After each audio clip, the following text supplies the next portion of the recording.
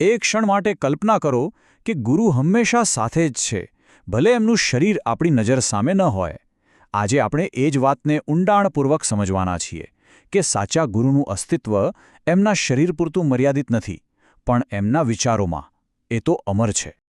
એક સવાલ છે કે જે વસ્તુ આપણી નજર સામેથી દૂર થઈ જાય, શું એનો અર્થ એ છે કે એ હંમેશા માટે ખતમ થઈ ગઈ?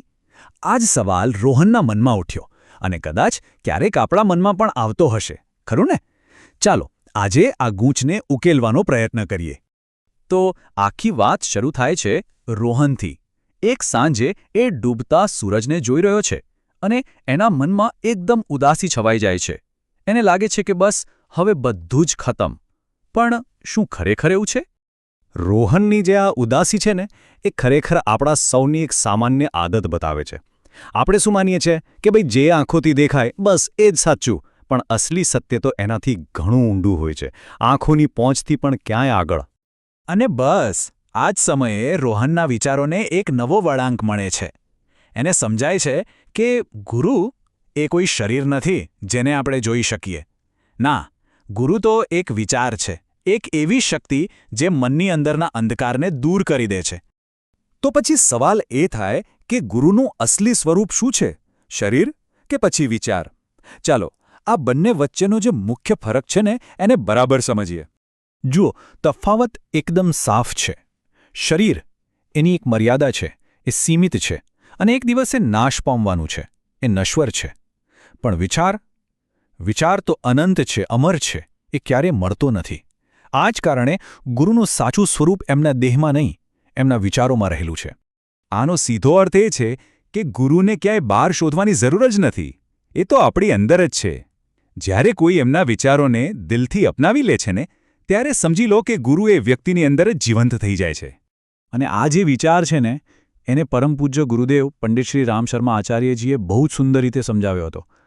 ચાલો જોઈએ કે એમના અંતિમ સંદેશમાં એમણે આ વિશે શું કહ્યું હતું. વાત છે વર્ષ 1990ની, ગુરુદેવનો અંતિમ વસંત સંદેશ. આ સંદેશમાં એમણે પોતાના બધા જ અનુયાયીઓને જાણે કે પોતાની વસિયત અને વિરાસત સોંપી દીધી. આ કોઈ ખાલી સંદેશ નહોતો, એ તો એમના આખા જીવનના કાર્યનો નિચોડ હતો, એનો સાર હતો. અને એમના શબ્દો જરા ધ્યાનથી સાંભળજો. એમણે કહ્યું, હું શરીર નથી, હું વિચાર છું. બસ આ એક જ વાક્યમાં બધું આવી ગયું. જે કોઈ એમના વિચારોને પોતાના બનાવી લેશે, એ જ વ્યક્તિ એમની સૌથી નજીક હશે. તો પછી એમની વિરાસત શું છે? એમના આદર્શો. અને એમની વસિયત? એમના વિચારો. આ જ એ અમૂલ્ય ખજાનો છે, એ વારસો છે, જે એ આપણા સૌ માટે મૂકીને ગયા છે. સારું, તો હવે આપણે શું જવાબદારી બને છે? આ જે વારસો મળ્યો છે એને આગળ કેવી રીતે લઈ જવાનો? આ વિચારોની જે મશાલ છે એને સળગતી કેવી રીતે રાખવાની? અહીં એક વાત સમજવા જેવી છે. જ્યારે કોઈ વિચારને આપણે ખાલી સાંભળીને ભૂલી નથી જતા, પણ એને આપણા જીવનનો ભાગ બનાવીએ છીએ, એને જીવીએ છીએ, ત્યારે એ વિચાર ફક્ત વિચાર નથી રહેતો, એ આપણી અંદર એક જીવંત શક્તિ બની જાય છે. તો આખી વાતનો સાર શું નીકળ્યો? પહેલું, ગુરુ એ કોઈ દેહ નથી, પણ એક અમર વિચાર છે. બીજું, એમના વિચારોને જીવનમાં ઉતારવા એ જ સાચી શ્રદ્ધા છે. અને ત્રીજું, જે કોઈ સાચા રસ્તે ચાલે છે, ગુરુની શક્તિ હંમેશા હરપળ એમની સાથે જ હોય છે.